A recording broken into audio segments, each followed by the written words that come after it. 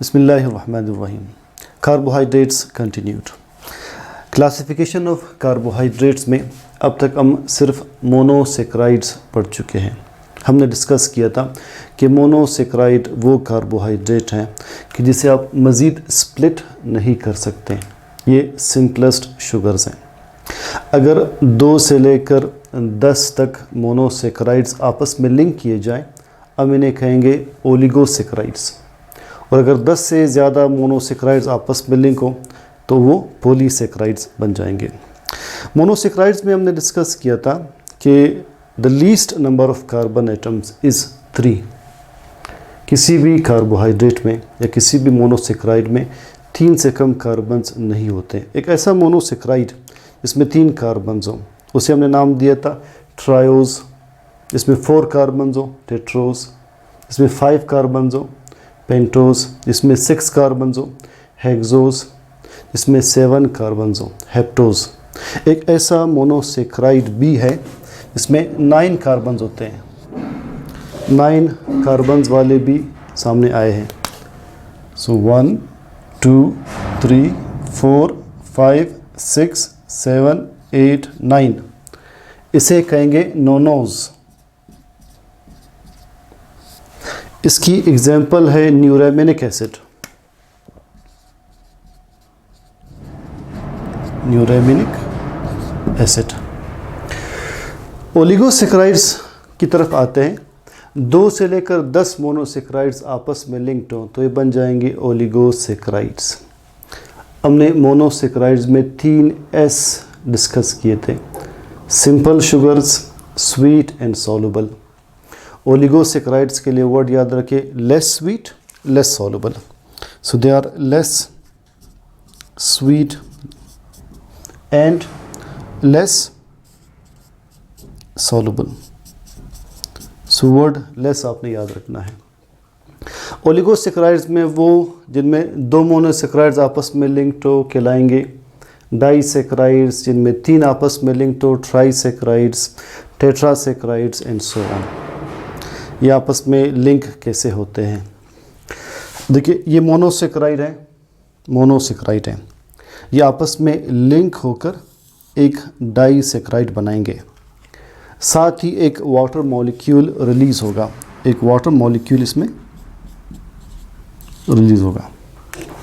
एक ऐसा रिएक्शन के जिसमें 2 स्मॉलर यूनिट्स कंबाइन होकर एक लार्जर यूनिट बनाएं और वाटर मॉलिक्यूल रिलीज़ हो, इसे कंडेंसेशन रिएक्शन कहते हैं। तो ये बन जाएगा कंडेंसेशन रिएक्शन। आपने अगर ये डाइसेक्राइड वापस स्प्लिट करना है, क्या करेंगे? ये बना कैसे? ये बना है वाटर मॉलिक्यूल रिलीज़ करके। तो लिहाजा अगर आप इसमें वाटर मॉलिक्यूल दोबारा ऐड कर लेंगे, ये क्या होगा? ये वापस स्प्लिट होकर मोनोमर्स यानी स्मॉलर यूनिट्स बना देगा। वाटर ऐड करके एक सब्सटेंस को वापस स्प्लिट करना, इसे कहेंगे हाइड्रोलिसिस। हाइड्रोलिसिस। जो लाइसोसोम्स में हाइड्रोलाइटिक एंजाइम्स होते हैं वो इसी तरह काम करते हैं। वाटर मॉलिक्यूल ऐड करके लार्ज मॉलिक्यूल्स को स्मॉल मॉलिक्यूल में स्प्लिट करते हैं। अब हम ओलिगोसेक्राइड्स में जो ज़्यादा डिटेल में डिस्कस कर रहे हैं वो है डाइसेक्राइड्स। डाइसेक्राइड्स में हम स्टार्ट करते हैं मेल्टोज से। यहाँ पर मैं एक कंसेप्ट दोबारा रिपीट करता हूँ अल्फ़ा और बीटा शुगर का, इसलिए कि ये वर्ड्स यूज़ होंगे। देखिए, एक ग्लूकोज मॉलिक्यूल है। इसमें अगर OH कार्बन 1 पर, कार्बन 1 को हम नाम देते हैं एनोमेरिक कार्बन का, एनोमेरिक कार्बन। अगर कार्बन 1 पर OH नीचे हो, दिस बिकम्स अल्फ़ा ग्लूकोज या अल्फ़ा शुगर। इसी कार्बन पर OH ऊपर हो, दिस बिकम्स बीटा ग्लूकोज या बीटा शुगर। अब मेल्टोज कैसे बनता है? मेल्टोज का दूसरा नाम है malt sugar. It is malt sugar. देखिए, ये अल्फ़ा शुगर है यानी अल्फ़ा ग्लूकोज है। ये भी अल्फ़ा ग्लूकोज है। एक अल्फ़ा ग्लूकोज का कार्बन 1 अगले के कार्बन 2 3 4 कार्बन 4 के साथ रिएक्ट करेगा। कार्बन 4 के साथ ये रिएक्ट करेगा, ये कार्बन 1 4 के साथ रिएक्ट करके इस तरह का एक लिंकेज बना देगा। इस लिंकेज को हम कहते हैं ग्लाइकोसिडिक लिंकेज या glycosidic bond. So this is called glycosidic linkage या ग्लाइकोसाइडिक बॉन्ड। ये कैसे बना है? एक ग्लूकोज मॉलिक्यूल के 1 और दूसरे ग्लूकोज मॉलिक्यूल के कार्बन 4 के दरमियान बना है, और साथ ही एक वाटर मॉलिक्यूल रिलीज़ होगा। तो जब आप इस मेल्टोज का डिटेल नाम लिखेंगे आप इस तरह से लिख सकते हैं glucose alpha 1,4 linkage with glucose alpha, this makes maltose. ये मेल्टोज बहुत सारे फ्रूट्स में पाया जाता है, इन फ्रूट्स। इससे हम अल्कोहल बनाते हैं, और साथ ही याद रखें हम जो भी कार्बोहाइड्रेट्स खाते हैं हमारे इंटेस्टाइन में वो डाइजेस्ट होते होते एट लास्ट इस फॉर्म में कन्वर्ट हो जाते हैं, मेल्टोज में कन्वर्ट हो जाते हैं। तो जब वो मेल्टोज में कन्वर्ट हो जाते हैं फिर एक एंजाइम आकर इस बॉन्ड को स्प्लिट करेगा। उस एंजाइम का नाम है मेल्टेज। मेल्टेज जब इस बॉन्ड को स्प्लिट कर लेगा वापस 2 ग्लूकोज मॉलिक्यूल्स अलग हो जाएंगे। अब आते हैं सुक्रोज की तरफ। मोस्ट एबंडेंट डाइसेक्राइड, याद रखिए most abundant disaccharide is sucrose. इसका दूसरा नाम है टेबल शुगर। जिस तरह हम सोडियम क्लोराइड को टेबल सॉल्ट कहते हैं, इट इज़ टेबल शुगर। ये सारे जो मैं एक्स्ट्रा पॉइंट्स आपको बता रहा हूँ आप लिखते जाएं वीडियो पॉज करके, ये आपकी एक्स्ट्रा नॉलेज में रहेंगे। सुक्रोज बनता कैसे है? See this is glucose alpha form या बीटा फॉर्म है कि कार्बन 1 पर OH नीचे है तो ये ग्लूकोज अल्फ़ा फॉर्म में है।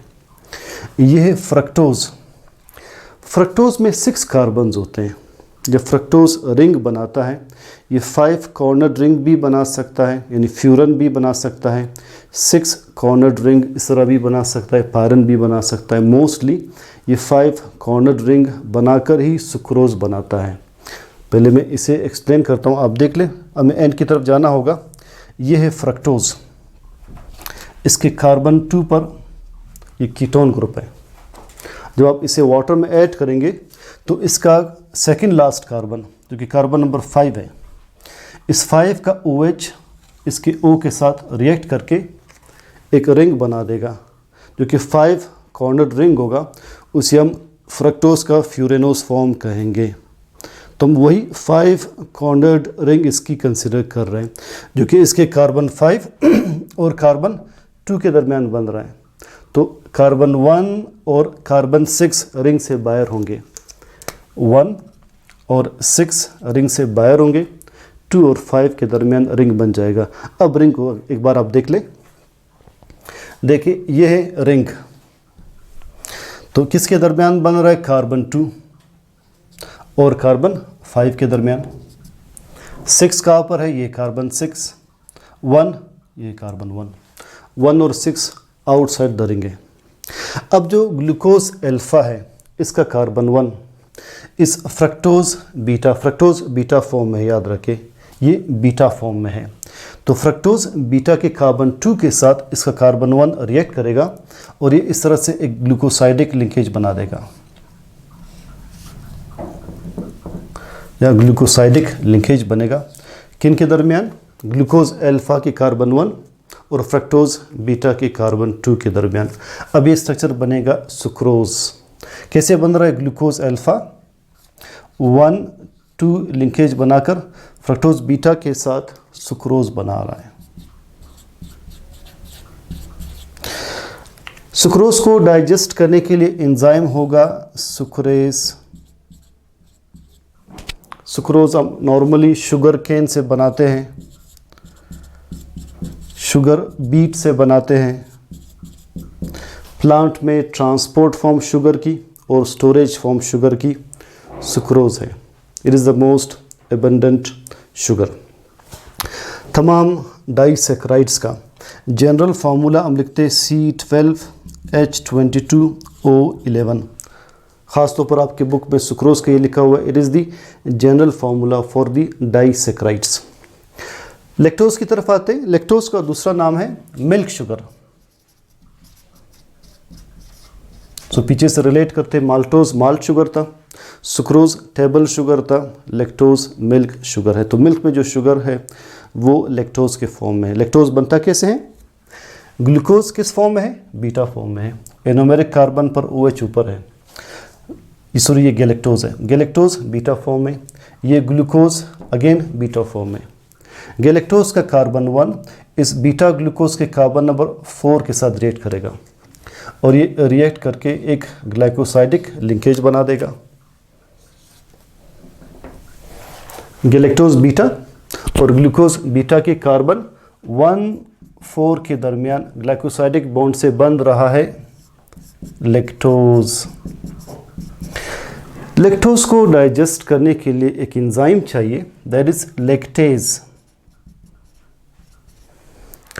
दुनिया की 3/4 आबादी, 3/4 of quarter of the world's population और एशियंस और अफ्रीकन्स में 90% एडल्ट्स में ये एंजाइम नहीं होता, वो लैक्टेज डेफिशिएंट कहलाते हैं। तो लिहाजा जब भी वो दूध पीते या मिल्क प्रोडक्ट्स में कोई भी प्रोडक्ट यूज़ करते हैं उन्हें डायरिया हो जाता है। इस कंडीशन को कहते हैं lactose intolerance.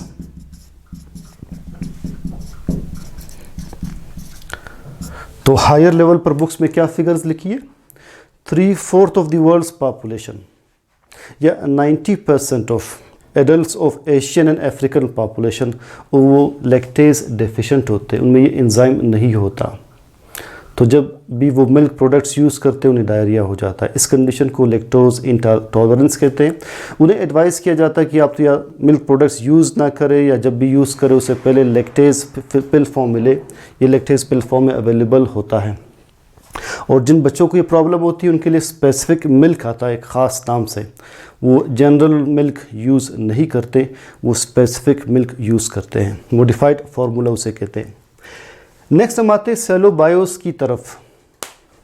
Glucose beta form में है, ग्लूकोज बीटा फॉर्म में है। इस बीटा ग्लूकोज से कार्बन 1 इस बीटा ग्लूकोज से कार्बन 4 के साथ रिएक्ट करेगा, 1,4 लिंकेज बनेगा। 1,4 लिंकेज से जो स्ट्रक्चर बनेगा ग्लूकोज बीटा के दरमियान, इसे सेलोबायोस कहते हैं। ये सेलुबायोस नॉर्मली सेलुलोज के डाइजेस्ट होते होते रिलीज़ होता है। तो ये असल में बनता है, सेलुबायोस बनता है सेलुलोज से। सेलुलोज एक पॉलीसेकेराइड है, मगर इसे डाइजेस्ट करने के लिए जो एंजाइम चाहिए वो कहलाता है cellulase, and we are again deficient in cellulase. तो लिहाजा हम सेलुलोज को डाइजेस्ट नहीं कर सकते। कुछ हर्बीवोर्स एनिमल्स वो सेलुलोज डाइजेस्ट कर सकते हैं, वो मैं पॉलीसेकेराइड्स में एक्सप्लेन करूंगा कि उनमें एंजाइम कहाँ से आता है। तो पीछे से रिलेट कर ले। अगर आप कहते हैं सेलोबायोस बीटा ग्लूकोज से बना है, तो मेल्टोज किससे बना था? अल्फा ग्लूकोज से। यहाँ पर देख लीजिए, अल्फा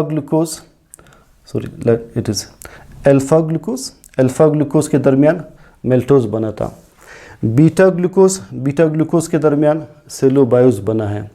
सुक्रोज कहाँ से बना है? अल्फा ग्लूकोज और बीटा फ्रक्टोज के दरमियान। लैक्टोज कैसे बना है? बीटा गैलेक्टोज और बीटा ग्लूकोज के दरमियान। 1,4 लिंकेज है सब में, सिर्फ सुक्रोज में 1,2 लिंकेज है। अब एक last concept, what are reducing sugars. ये हम कहते हैं कि सुक्रोज नॉन रिड्यूसिंग है, बाकी शुगर्स रिड्यूसिंग है। देखिए ये है ग्लूकोज, जो भी मैंने ग्लूकोज मेंशन किया है। इसमें ये फ्री कार्बोनाइल ग्रुप हम कंसिडर करते हैं, जो कि इसका एल्डिहाइड ग्रुप है। इस एल्डिहाइड ग्रुप के ऑक्सीजन के आउटर मोस्ट शेल में 6 इलेक्ट्रॉन्स होते हैं। इसने अपने 2 इलेक्ट्रॉन्स यहाँ पर यूज़ किए हैं बॉन्ड बनाने में, बाकी 4 इलेक्ट्रॉन्स फ्री हैं। तो जब भी हम किसी सोल्यूशन में ये शुगर ऐड करते हैं तो ग्लूकोज का ऑक्सीजन अपने इलेक्ट्रॉन्स इसमें ऐड कर लेगा। ये अपने इलेक्ट्रॉन्स इसमें ऐड कर देगा। किसी सब्सटेंस में इलेक्ट्रॉन्स ऐड हो तो वो सब्सटेंस रिड्यूस हो जाता है, इट इज़ रिड्यूस्ड। इलेक्ट्रॉन्स का ऐड होना, इसे रिडक्शन कहते हैं। This substance is reduced and coloured. तो लिहाजा जो भी शुगर इलेक्ट्रॉन्स ऐड करके किसी सब्सटेंस को रिड्यूस कर ले, हम उसे रिड्यूसिंग शुगर कहेंगे। ये रिड्यूसिंग शुगर होगा, ये रिड्यूसिंग शुगर होगा। रिडक्शन क्या है? इलेक्ट्रॉन्स ऐड करना, ये भी रिडक्शन। हाइड्रोजन ऐड करना, वो भी रिडक्शन। ये ऑक्सीजन रिमूव करना, ये भी रिडक्शन कहलाता है। ये आप केमिस्ट्री में पढ़ेंगे। हम फिलहाल सिर्फ इलेक्ट्रॉन्स का केस कंसिडर कर रहे हैं।